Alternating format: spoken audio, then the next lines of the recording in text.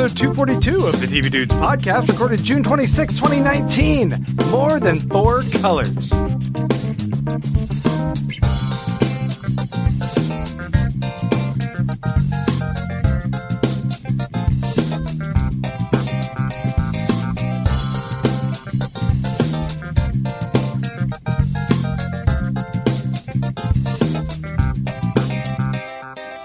More than 4 colors.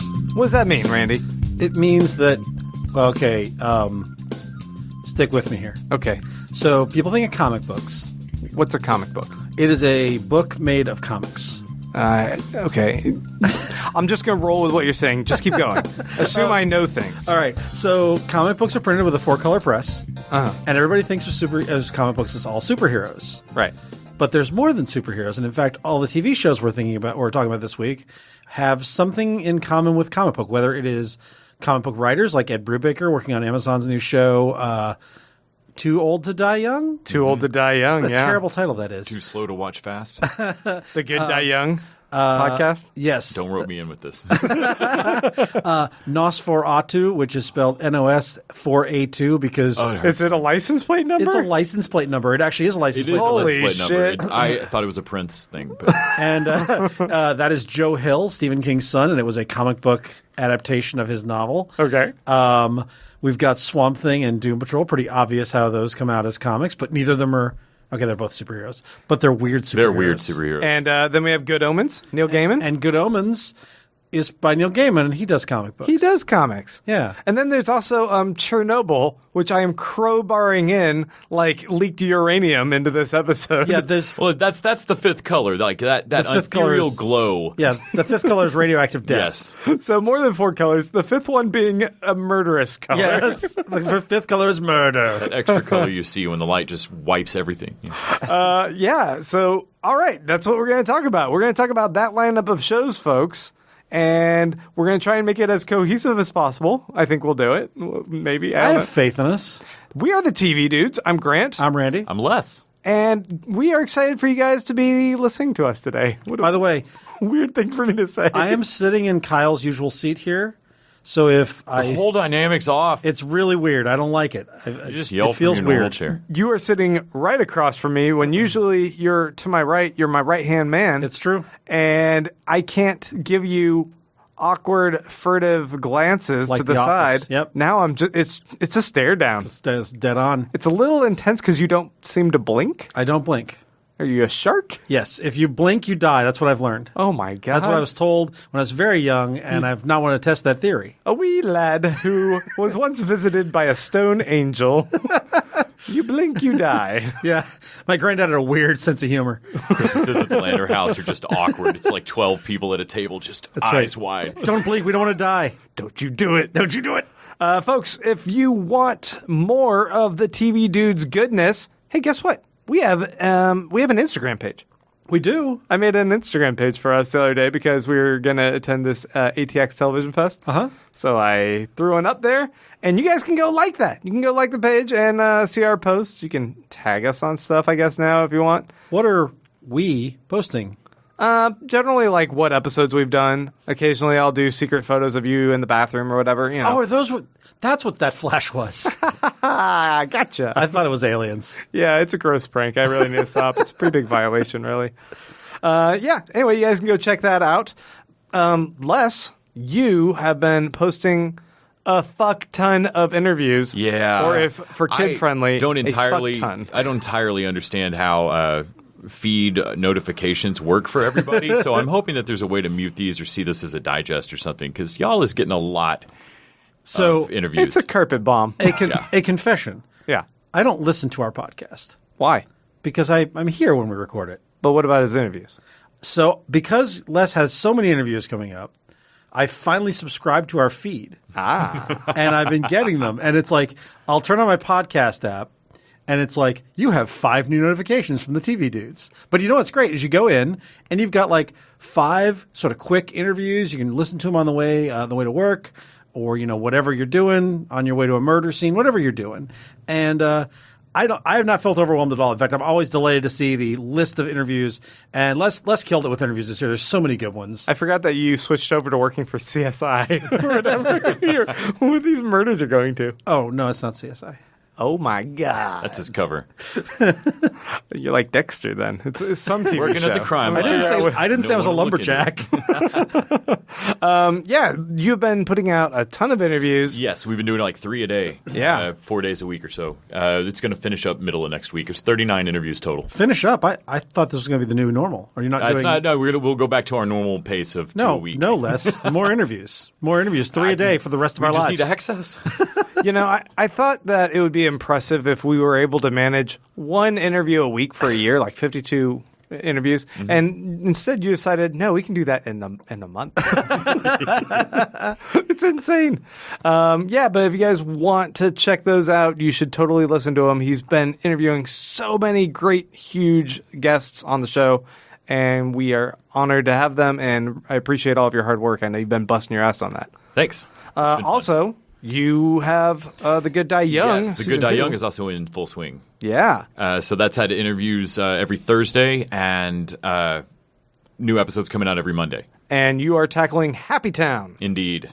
the delightful show over on ABC where everyone is happy. Yes. Actually, that was one of their network notes that they got back was, where's the happy in Happy Town? Everyone's really not. It's kind of a rough town. And coinciding with our ATX stuff, Meredith Averill, one of our ATX interviews, was a wonderful interview for Happy Town as well. So those came out almost the same week. Oh, sweet. Also, I want to mention patreon.com/tvdudes is where you guys can go to support us. If you like this show, like what you're hearing, you want to kick us a couple bucks an episode, please do so. Go to patreon.com/tvdudes. Make a per episode pledge. If we post an episode, you get charged. If we don't post, you don't. If Seems we post 39 interviews over the course of 39 3 weeks, you do not get charged for any of them. We only charge for the main episode that we're doing, like this one right here. That's right. And we want to thank Konahita for becoming a new patron of the show. Yay. Very exciting. And guys, without further ado, let's go ahead and jump into some TV discussion. All right. Let's do it. First show we got on the docket is Good Omens over on Amazon. It's a pretty short season. It's only 6 episodes, it's right? 6 episodes, which is what convinced me to go ahead and try and finish it up. And I devoured this show. 6 episodes. It was a fun watch. And did you guys, well, Randy, I think you're one episode I'm off. one episode, so I wasn't going to finish this. Really? Yeah, here's the thing. I respect Neil Gaiman as a writer, but I don't think I like him that much because his stuff is a little twee for me. The whole cutesy Douglas Adams. He doesn't do great on the plotting stuff, and I just kind of I watched the first episode. I guess I watched the first 2, and I was like, this is okay. It's cute. I like all the performances, but I don't give a shit what's happening. And so I wasn't going to go back. And then everyone was like, oh, it's really, really good. And it's only 6 episodes. I'm like, I can do 6 episodes. And when I watched 5, I'm like, okay, I still don't necessarily care about the plot, but there's a lot to like here. Yeah. Yeah, I mean, it's a great love romance between an angel and a demon. Yeah.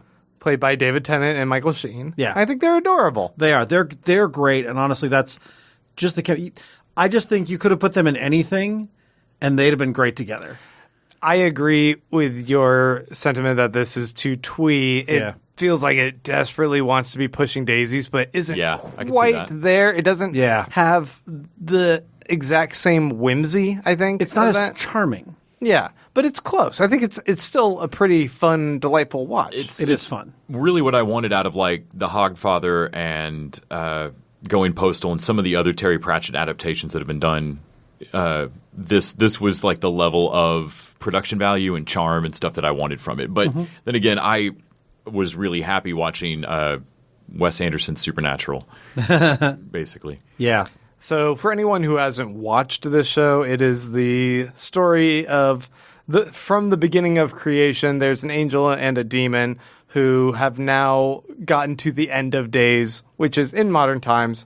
There's in England, obviously. Yeah, in a there's Doctor Who, the universe kind of fashion. Yeah. There's a child that is born, the Antichrist, essentially, and they are trying to keep a tab on him so that they can help avoid a war that everyone else but them seems to want. Yeah. Yep. The angels and the demons seem to want the end days, the big battle, and these two, angel and demon, like living on Earth. And so they're like, we don't really want that. Which is funny because I don't really get the sense of why Tennant likes living on Earth so much as he's in love with Michael Sheen's character. Yeah. And so he just loves getting to chat with him and would do anything to like risk his life just to get to continue being around him. Well, and that's kind of where the tweeness comes in for me too. It's like it's a very friendship saves the day. Yeah. Love conquers all kind of very Doctor Who-ish, honestly. You know, it's my favorite episode was episode 4 where they sort of went into their history a little bit and they sort of showed them through the ages and showed them in like Nazi Germany where Zaranafel? Aziraphale. Okay. Yeah. It's a weird ass name for an angel. Where he is like trying to be a spy master basically, and he gets suckered in by the Nazis, and then he's rescued by the demon, and then we see them like jump ahead to the 70s. Like I really liked that episode where we saw their relationship throughout time. Mm-hmm. All the stuff about the Antichrist and the four horsemen and the politics of heaven, none of that interested me. The only performance in it that really didn't click for me somehow was Michael McKean. Yeah. His was a little bit peculiar because he never really seems to warm up to that lady who's being like, it seems like he should be like saying shit and then like turn and kind of wink at her or something. He's still a dick asking about witch stuff in the last scene almost. There's no payoff, yeah. Yeah, I loved the Book of American Gods, but the Book of Good Omens is a blast. I really enjoyed it. And so I was really looking forward to the show, and the show is very much show run by one of the authors. But somehow the character of Shadwell, like Michael McKean, should have worked for me. And he's not bad. He's the only one that looks like a cameo that I can recognize in the scene of like, you don't belong here. You don't belong in this show. Right. I gotta say, the stuff with the kid, the Antichrist kid, I thought that was pretty well done. I mean, it's not Stranger Things, but pretty solid kid acting from them. It was good at first, and then it becomes a little bit tiresome when the conflict arises. Yeah. Like, I like when they're like a little squad and they're working together. Yeah. But kid fights, When he takes their mouths away like the Twilight Zone movie kid, yeah. I'm sorry, but there is no come back from that to me that isn't forced, like that isn't mind control. Like at least one of those kids should have been like, fuck you, I'm out, I'm in therapy, I'm never coming back to this town. Like, I'm out. Yeah. Their mouths vanished, for God's sake. Like, Yeah, but maybe rearrange their brains too. that's what I'm saying. Like you have to have Dr. Manhattan or whatever. Yeah. You can just change everything. You're still having a dishonest relationship from here forward, because if I remember that you did that, we're done. Right. Yeah, it's pretty abusive. Yep. Yeah, I mean, overall, I appreciate that it was only 6 episodes, so it goes pretty quickly. Yeah. It kept the story tight enough that I wasn't bored by it. Yeah, same. The short length is a big part of it. I know, by the way, we should say Kyle really, really wanted to talk about this show, and he just couldn't be here this week. So he probably like unabashedly loves this show. Yeah. Super long opening credits. Yeah. And Amazon does not seem to offer a skip credits thing, do they? No. Not for all their shows. They're very inconsistent, I think. Because we fast forwarded through it. Like, it's charming, but it's real fucking long. It's charming once. Yeah. Yeah. Yep. Then it's like the True Blood song. Like, Jesus. Swamp Thing. Swamp Thing is over on DCU, and it's actually, I think, already canceled. So. Yeah. That's a whole thing that we will discuss. I think we should discuss that whole thing separately. Through North Carolina's tax credit grant fuck up. Or not, because apparently the showrunner didn't know anything about that. Oh, Or not the showrunner, but one of the producers. So like, people are trying to like James Wan or whoever it is producing was like, what? No, I never heard of that. Either way, they went way the fuck over budget. Yeah. And it's dead already. Yeah. but it was good. So that's the thing. I watched the pilot of this. So this was your favorite pilot of the set it's so far. Easily the best of the 3 live-action pilots DC's done. It's better than the Doom Patrol pilot. It's fuck ton better than the Titans pilot. And I wasn't excited for it. I'm not a huge Swamp Thing fan, despite his very impressive comic book lineage. But I watched that first episode, and I was like, this is a really good pilot for a show. They introduced everything really well. There's a couple nice Easter eggs. I like the entire cast. I like the way they updated Abby. I like their Alec Holland, who's sort of quirky and interesting. And I was super excited to watch it.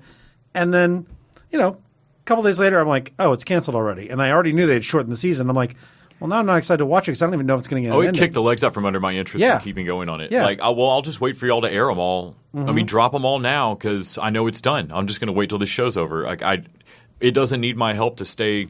I don't have to watch it next week to help it along. There's no ratings. It's dead. It's the same thing I felt about the Paul Reiser show. I really was about to watch it, and then I was like, oh, no, the ratings are bad? Well, Paul Reiser show was the best pilot Paul Reiser's been involved in since, I don't know, whatever year that was. Mad About You? No, it's way less good than my Mad About You. Whatever the specific year and month that the Paul Reiser show came out, that was the best pilot Paul Reiser was in. The specific day that it came You're going to out. find out he had 4 pilots that day, and the other ones are better. If that's the case, then no, it's the fourth worst. It's It's so awful. Yeah. For me, so I watched the first of Swamp Thing because you were really excited about it. Yeah. And I liked it. I thought the pilot was not as good as Doom Patrol for me. It didn't set up as interesting a world.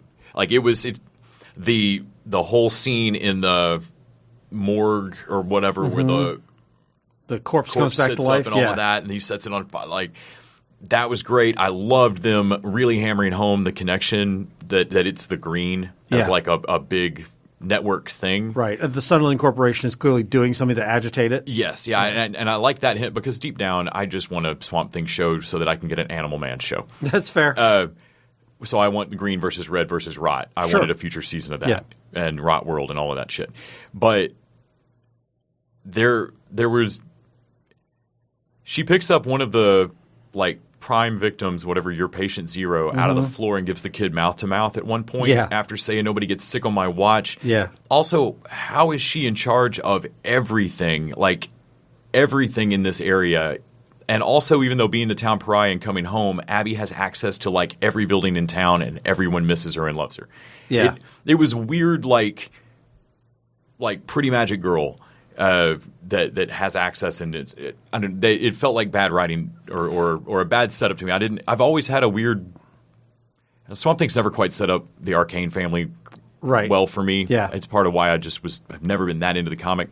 The biggest Swamp Thing fan I know, as far as comic nerd for it, where like that's his book, hated this show. Interesting. He really liked what they did with Swamp Thing. Like, Alec was cool, and the look of the character was cool, and the connection to the green was cool, and that was the end of praise. That's interesting because I actually really like what they did with Abby for specifically, I mean, very much the same reasons that you're talking about.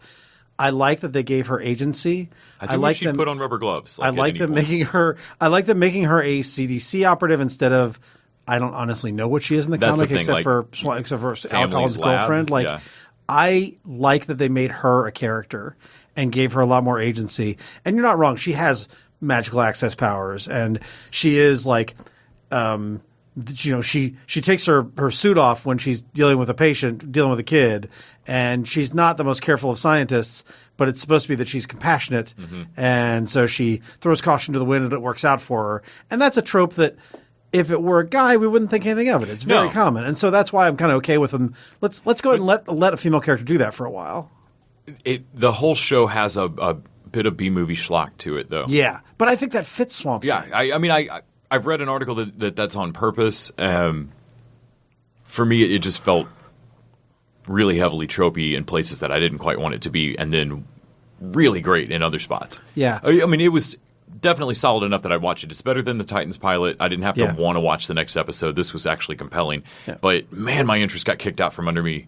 That's interesting. Knowing that it's dead. Yeah, I mean, that's the thing. Doom Patrol, the thing is, I watched Doom Patrol and I liked it fine. 10 years and do a show about it. But Doom Patrol was Doom Patrol, we already know where it ends, and we know that it gets better and better as it goes along. Swamp Thing, I feel like I watched this, I'm like, this is a good basis, and if they give this, if the same progression happens here that happened with Titans and happened with Doom Patrol, what's it going to look like at the end? And the answer is nothing. It's going to look like nothing. Yeah. What about Doom Patrol? So we haven't talked about Doom Patrol since like the very first. No, and this still, this is definitely up there for one of my favorite. This may end up being one of my favorite things all year.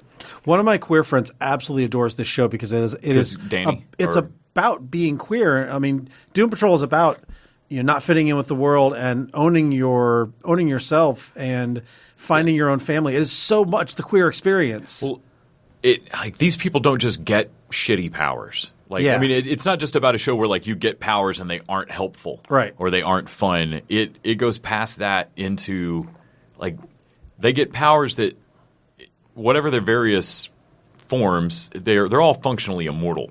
Yeah, and they spend each of them 40 or 50 years almost each.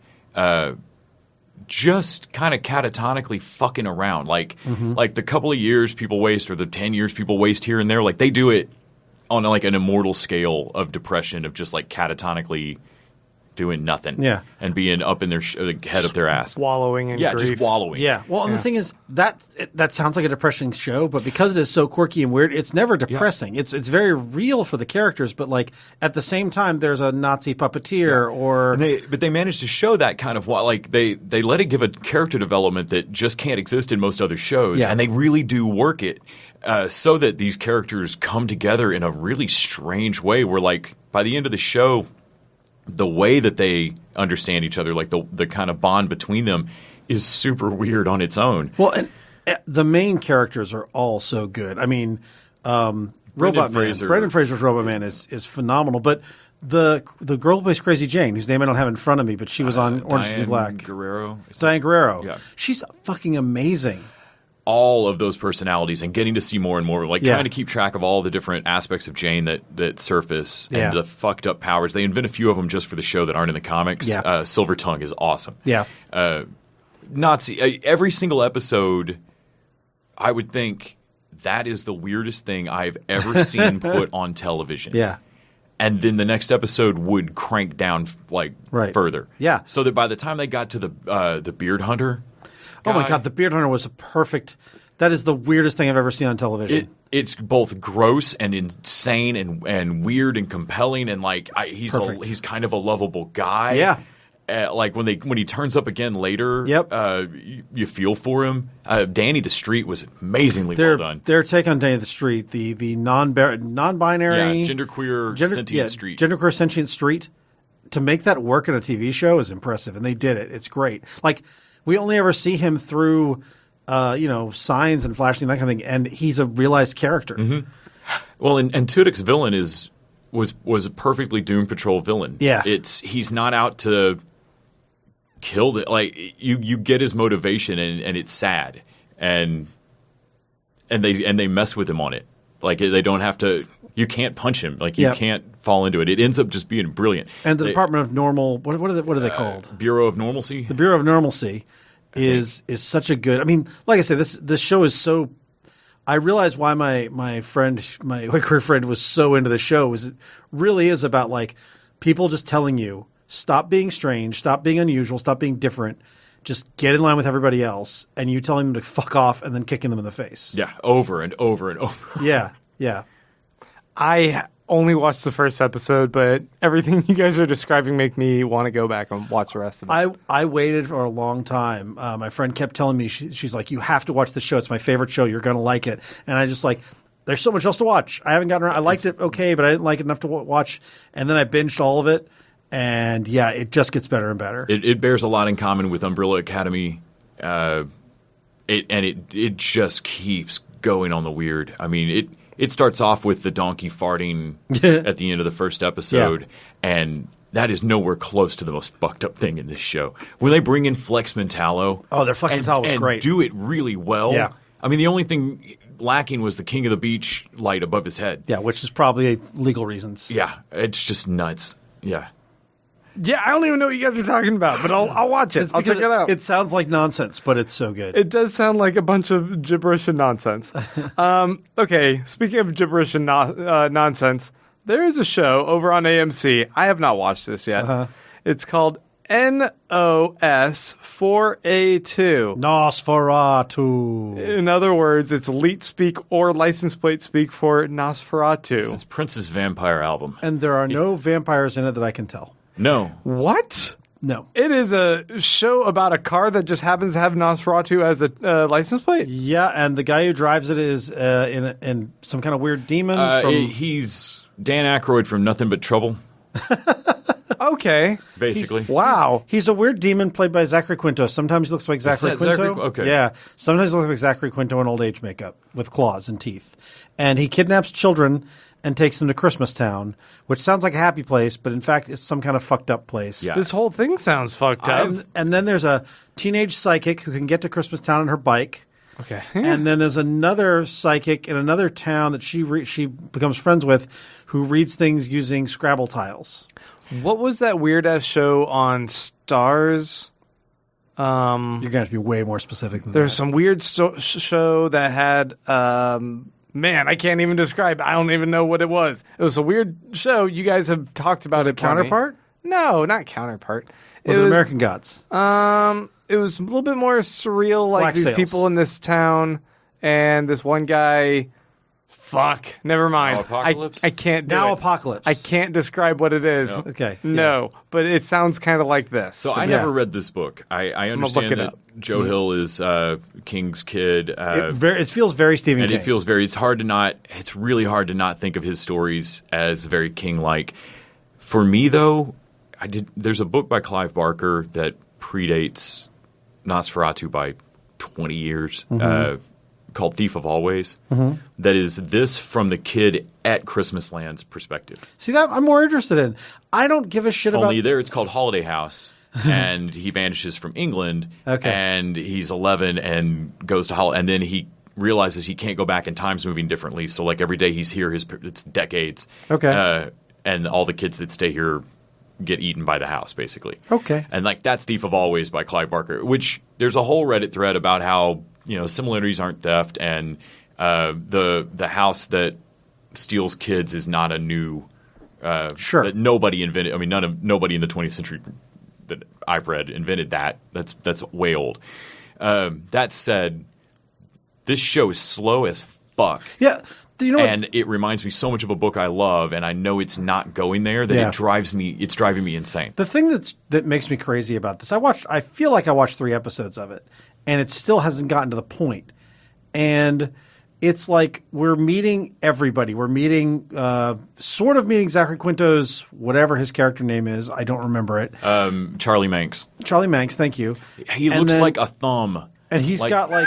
when he's old, he looks like Ned from fucking Venture Brothers. Yeah, like, it's weird. And then he adopts this like slow janitor guy to be his gas man to like gas people and take them to like take care of the parents of the kids. yeah, and then that dude like slips up and leaves the syringe and is sloppy Yep. and gets thrown out of a fucking car. Yeah. Oh no, there's another dude. Oh, there's another dude. He always I didn't like that. apparently It's always has a so- human engine. I have then, no idea what's happened in the first episode. And then trying to watch there's it. 2 psychic girls, and the psychic girl has her parents are splitting up, and like there's all this extraneous detail. Like I'm seeing the girl and her parents and the drama of Is her who dad she's going. beating her mom? Like No, it's nothing. It's just like her dad is kind of a shiftless alcoholic, and her mom is kind of a not great person, and she's torn between these 2 terrible parents. And I'm just like, I don't care about any of this drama. None of this matters to me. I spent one whole scene trying to figure out who the girl with the tiles was, and Yeah. was like, I was like, man, do I just not watch television? What the fuck? I cannot. Yeah. I mean,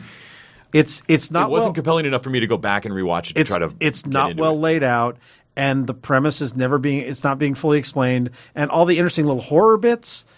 We just see little glimpses. Like we see the kid with like scary teeth, and I'm like, oh, what's happening here? And then we don't see him again for He 2 gives a letter and he episodes. vanishes. That's Yeah. it. In a dream. You remembered your show? I remember my show. What? Banshee. It was over on Cinemax. Oh, with the guy from Preacher that was. Yeah, but Cassidy. Banshee's amazing, and this is not. Well, your description of that just sounded like, what the fuck was Banshee about? Is some guy Amish who was crime like- lords. Yeah, but it was also kind of like this supernatural weird shit No, going there on. was nothing supernatural in Banshee. Remember that big dude who was like this giant albino with super strength? What? That was, I don't know. I don't know that show, I guess. Never mind. It was weird. I saw like 2 episodes and I was like, I don't know. what the Banshee fuck was just an going on. ultra-violent crime story. Okay. Nothing, nowhere near as weird as this. Here's the thing: this is not a bad show. It's just kind of dull. That's it. I wasn't getting into it in the first episode, and the pacing just feels glacial. What is with AMC does this so much? Yeah, the production values are beautiful. Remember Hell on Wheels? Mm-hmm. I mean, beautiful, and it had Anson Mount. Rubicon? Rubik, yeah, Gorgeous, like slow as fuck. yeah. Oh, man. Wait. Can we move on from this to the next show? Yes. Because now that you're talking about slow as fuck, Oh my God. it There's is no time. better segue. It is time for us to talk about Too Old to Die Young, also on Amazon. Not Amazon, not AMC. We're just talking AMC. Oh, yeah, also on Amazon, just like Good Omens was Yes. on Amazon. So I was excited about this because Ed Brubaker, it's one of his first forays into TV after working on, I forget what he worked on, Westworld. Yeah, that's right. This was his show, and the guy who's directing it is Nicholas Winding Refn. yeah. But that guy is notorious for how much he it's loves slow pacing. Indulgent, slow pace. I mean, every single shot is like seriously like an acid trip, gorgeous. I mean, It's sexy. watching the Sexy and shine neon and spread shit. for like 30, 45 seconds on the hood of the car in the opening couple of minutes. Yeah. It is fucking gorgeous, and it's all at the same. Yeah, let's not lose all of our listeners No, on this. exactly. So like within 3 or 4 minutes, you are grinding through this on loving the director or the writer, because like it's just fucking paced so. Well, so I needed an inciting incident because what I got was two shitty cops trying to pressure a girl into sex. Mm-hmm. And that's about where After he's talking about how he needs to kill his girlfriend. yeah, and that's about where I not tapped as out. euphemism. That's about where I tapped out. I was like, you know what? Fuck these guys. Unless someone shows up and shoots them both in the head, I don't want to watch the rest of the show. If Miami Vice and One of Twin them gets Peaks shot in had the it- head. Oh, good. Like right after he must have quit. Oh yeah, man, Oh. you didn't make it. You didn't make No. it that far. Oh No. shit. Okay. Yeah, right after that scene, Pretty sure the he goes girlfriend and on talks on FaceTime the sees phone, it. and a guy comes up and shoots him in the head. Oh, Like okay. he's talking to the girl and like or he's going to send her a selfie, and I think he sends her the He takes a picture of As the the- killer yeah. behind him to send to her. like so. It's So a fascinating. thing happened that I was like, Oh, fuck. And then okay. we went right back to Borat, where I was like, this show's going to be like this the whole time. Well, And it's it's also very Twin Peaks acted. It feels like bad 80s soap opera. this is over an hour and a half for the first episode that easily could have been condensed to 45 minutes without really cutting anything except for the extended pauses between everyone talking. Or 20 minutes if they did it at micro machine speed. Yeah. Yeah, but like, and every it would have line been has a pause between it that's crazy. it would have been kind of interesting if they picked up the pace with the pacing. Like it's excruciating and it's not warranted in I mean, here's the thing. TV is already a long form medium. Yeah. It's 10 Like hours. if you're watching a movie and you really want to set a tone, okay, sure, you make things a little bit slower. Mad Men did it. Yeah. And did it well. Yeah. This one is annoying. Like there's so much fucking competition in television. Yeah. Don't do that shit to me. How Yeah. dare you? Yeah. Yeah. It looks great. And also you're right. There's who's the person we're rooting for? Yeah, They're who's our all protagonist? shitheads. Miles Teller, I guess, is supposed to be our protagonist, and he's a pedophile who is okay with his partner creeping on girls. If not, he was 100% complicit in that. Yeah. He also murders a guy, and then is witness to that guy's girlfriend being beaten to death, and who knows where that relationship ends. He might have murdered her. He might have allowed her to be sold into the sex slave trade. I don't know, but So this just gets worse. are there any heroes in here? But you know, the thing is, I understand. Brubaker loves noir, and so does guy whose name I can't pronounce. Nicholas Winding Refn. See? So I understand that. I understand noir, I understand dark, and I can get on board with some sort of crime noir where it's like, oh, it's a bunch of scumbags. I mean, I love Elmore Leonard as much as the next guy. I love a story about criminals and that kind of thing, but this They is give just you somebody who's at least going to go beat the shit out of criminals. yeah, this is wallowing in it. Well, he did Drive, right? Yeah. And Drive is this guy who is a criminal, and he helps other people like escape crime scenes or whatever. But he eventually hits a point where he's like, "That's a bridge too far," and He's he goes got on a rules. murder spree. Yeah. He's got his boundaries, and those get pushed past. Right. Kind of like Baby Driver, I guess. I'm a little just bit. not quite seeing who I'm supposed to root for to have a moral turn here. We see little glimmers of how Miles Teller. I mean, and I like that actor a lot. I think he's great. was a great Whiplash Richards. is one of my favorite movies I've ever seen. Fantastic Four. Yeah, Fantastic Four is so good. Whiplash, though, seriously, I love that one. But like, you see little hints that he knows he's kind of being dragged down the path of darkness. And the first episode, I think, is called "The Devil," and so you think that maybe he's going to be a little bit resistant, but he still goes along with it. Yeah. And so this is a long journey for them to ask me to go along with, for me to not like him and want him to die in the first. It's an hour and a half. That's a movie-length thing. Yeah. With no hero or no story of redemption or nothing that makes me feel good at the end. And it mainly just made me want to go to sleep. Yeah, the director said he made a 10-hour movie that he does not consider it a TV show, which got a whole bunch of backlash of like, shut up, dude, you made a TV show. Also, Like, don't make a 10-hour movie. What the fuck is wrong with you? but I think what they may mean by that is that none of these are broken episodically, and so that hour and a half block doesn't have any kind of arc within it. Yeah.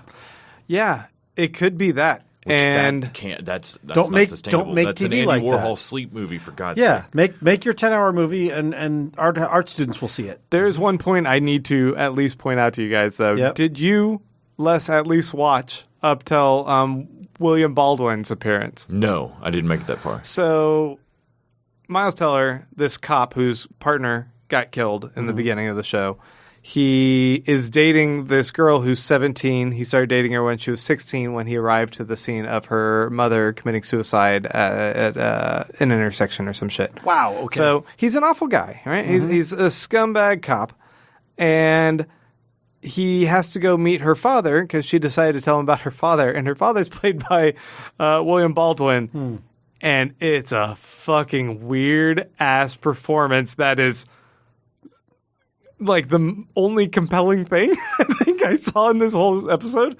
At one point, they go into his daughter's room, and he picks up different tigers, and then, I shit you not, uses the tigers in front of his face and just growls at Miles Teller for 3 minutes, like just going. Wait. Arr, Is arr. William And it's Baldwin weird. Is William Baldwin the one who was in Usual Suspects? No, that's Stephen Baldwin. Oh, okay. No, William Baldwin's an older one who looks just like Alec Baldwin, but Okay. like tireder. It's so fucking weird though. Yeah. This all seems like Twin Peaks, but missing any of the weird supernatural stuff that makes Twin Peaks compelling. Yes, that's a problem. Yeah. Anyway, one episode was enough for me. I'm also in the fuck this show camp. Yeah. There's such interesting things going on, and I wish this guy wasn't so This is slavish to his slow pacing. It's one of the most indulgent things I've ever seen on television. It is insulting to TV audiences. Yep. Especially when he's also embarrassed to even call it TV. Yeah, that's messed up. Like, fuck you. Okay, I wanted to really quickly talk about Chernobyl, a show that you guys are resistant to watching because also not a TV show, it's a miniseries. I think there's 5 Television episodes event? or 6.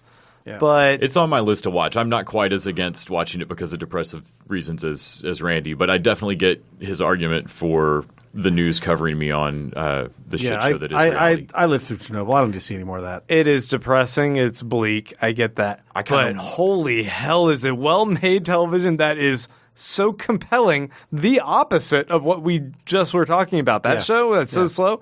Things are constantly happening, and how they maintain the tension, how they like walk us, the viewer, through like how fucked up of a situation this is, and then they ratchet it up, and then they ratchet it up, and it's even worse than you thought. It's even worse than you thought. And it's so well done. It, like the cast, everyone is just delivering. And Les, I think you were pointing out this guy's resume who wrote this, and he's There the was guy some who meme going around that's like, if you ever feel like you just you can't get there, and you can't like look at this dude's track record, this guy wrote like Scary Movie 2 and Scary Movie 3 and like The Hangover 3, and yeah, like all these movies that are just panned by critics are garbage. This guy like either phoned it in and wrote it, or somehow had a stroke of brilliance in how he wrote this, and he got the team that was Chernobyl's able getting called to. like a masterclass in terms of structure. It is so well done that I can't believe those are that guy's like previous resume. I have a theory. Yeah, Genie or Deal with the Devil. it could be. Crossroad Demon. He made a deal with Miles Teller's devil in the first in that other show. You be shitty, and I'll suck your power to make my show good. It's the Dor. Yeah, so Too Old to Die Young is like the Dorian Gray of 6 other shows. So, bro, we will Just gets take your slower. slow pacing. Every time another great show comes out, it gets more neon and slower. Oh, that's perfect.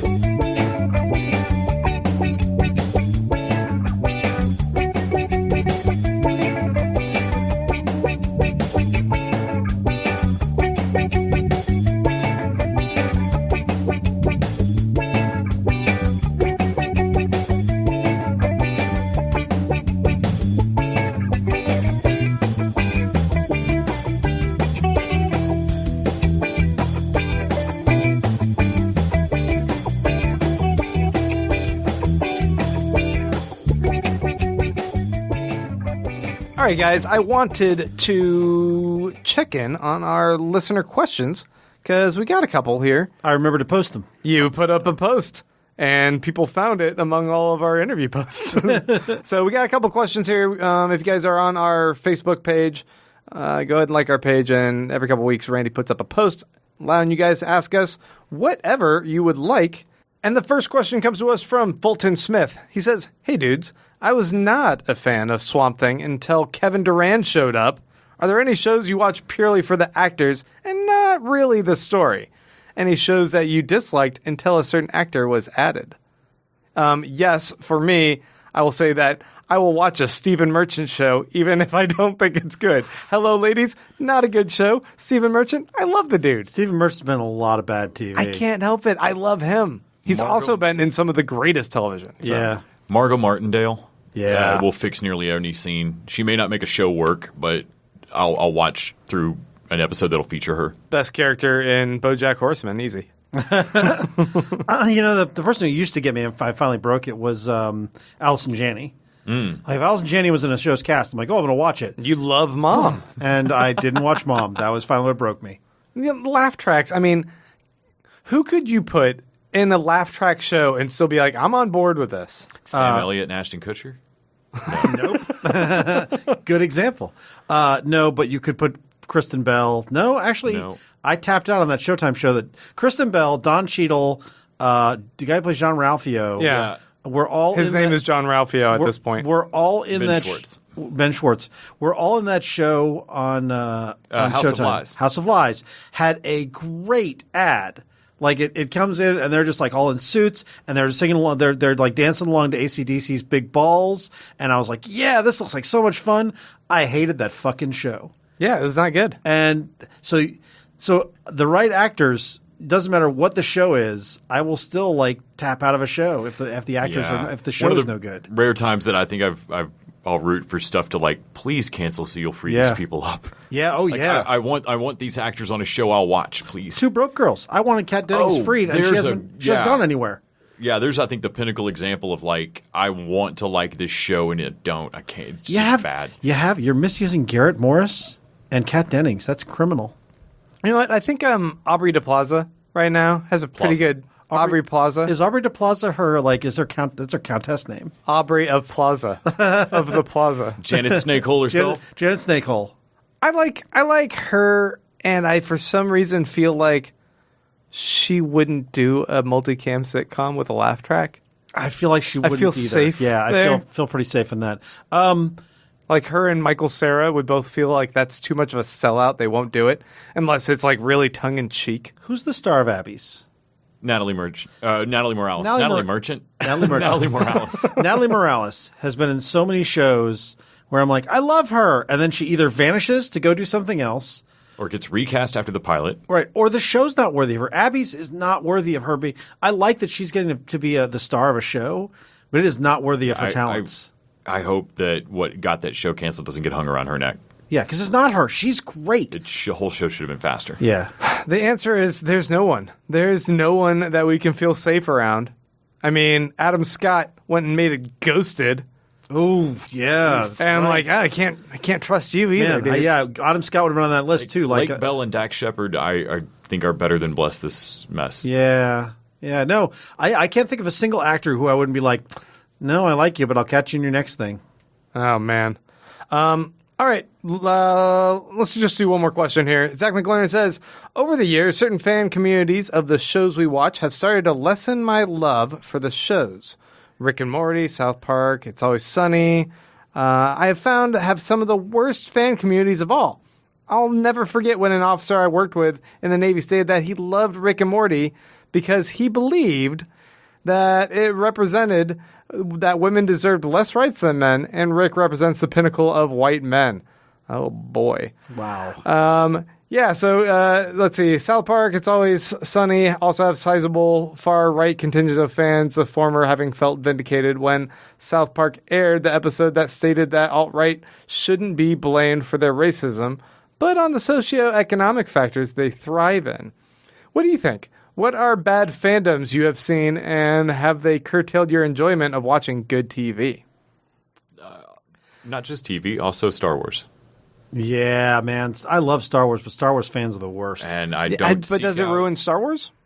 No, or does Star Wars ruin itself? Star Wars was already ruined for me. It did make Star Wars fandom did make me reconsider like how much I participated in fandom of all kinds in general. Yeah, like it did sour me on just discussion of genre stuff in a bigger way than just Star Wars.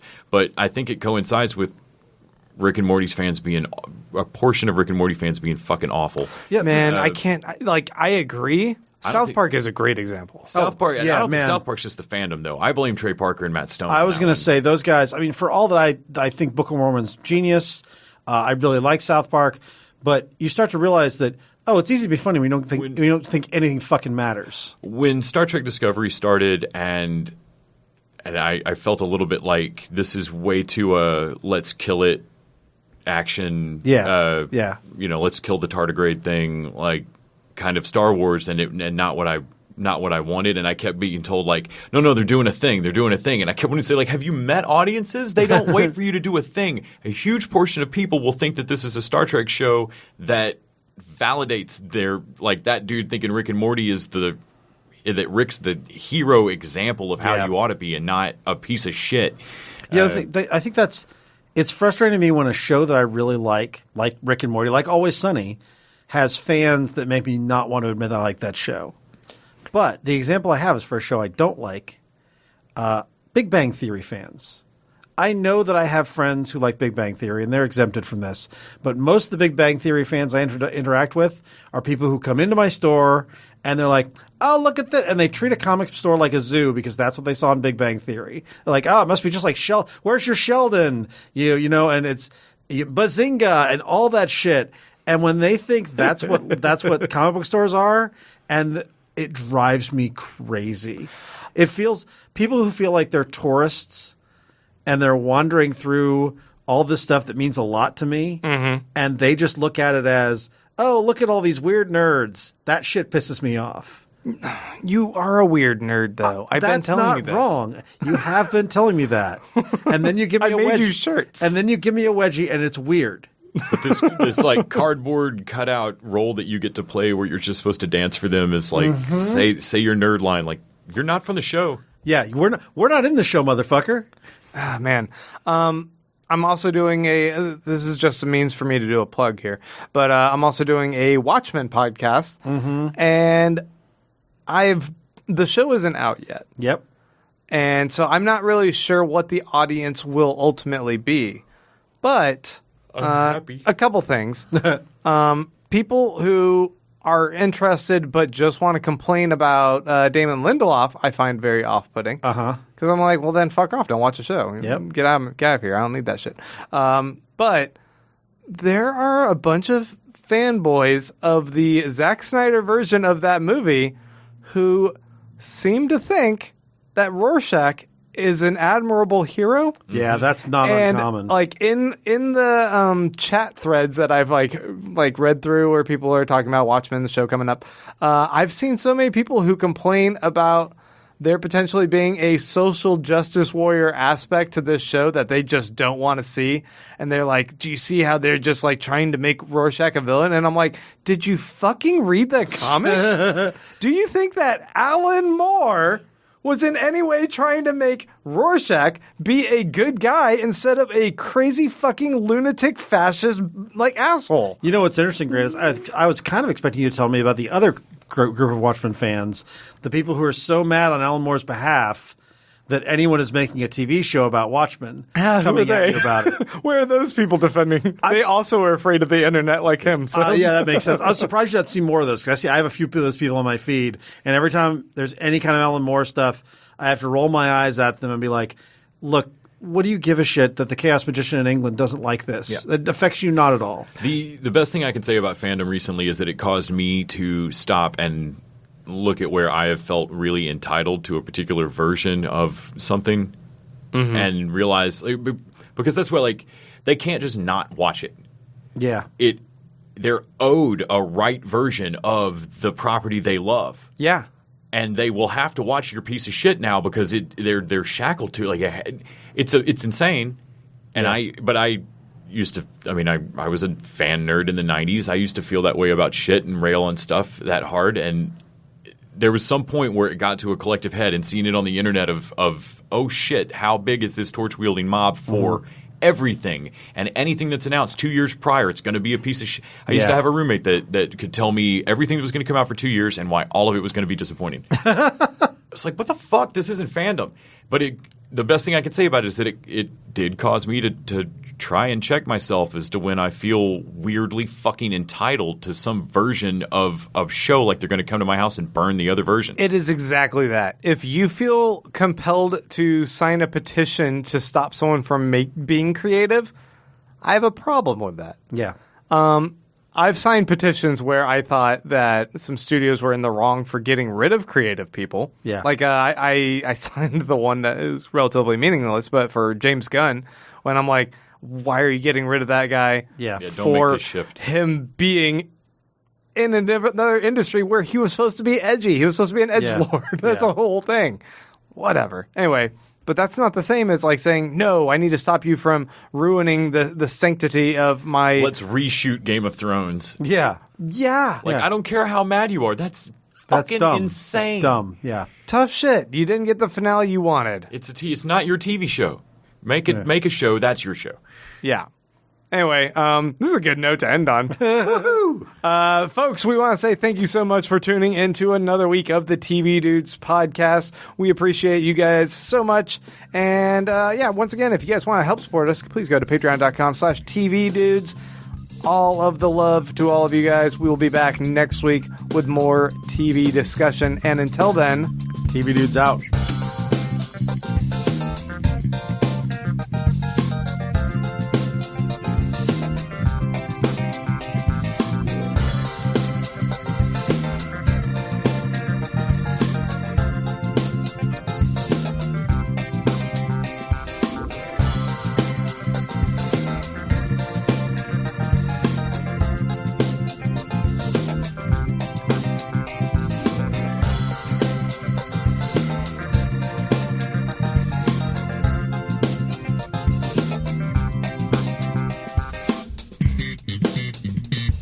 The TV Dudes is an independently run podcast and a member of the Electric Sweater Podcast Network. We are exclusively listener supported. If you'd like to help us out, go to patreon.com/TVDudes. You can like us on Facebook and Twitter @TV Dudes. All the music for our show is by our friend and original TV dude, Gregory J. Amani Smith. To find out more about us, go to thetvdudes.com and electricsweater.com. I'm Grant Davis. Thanks for listening.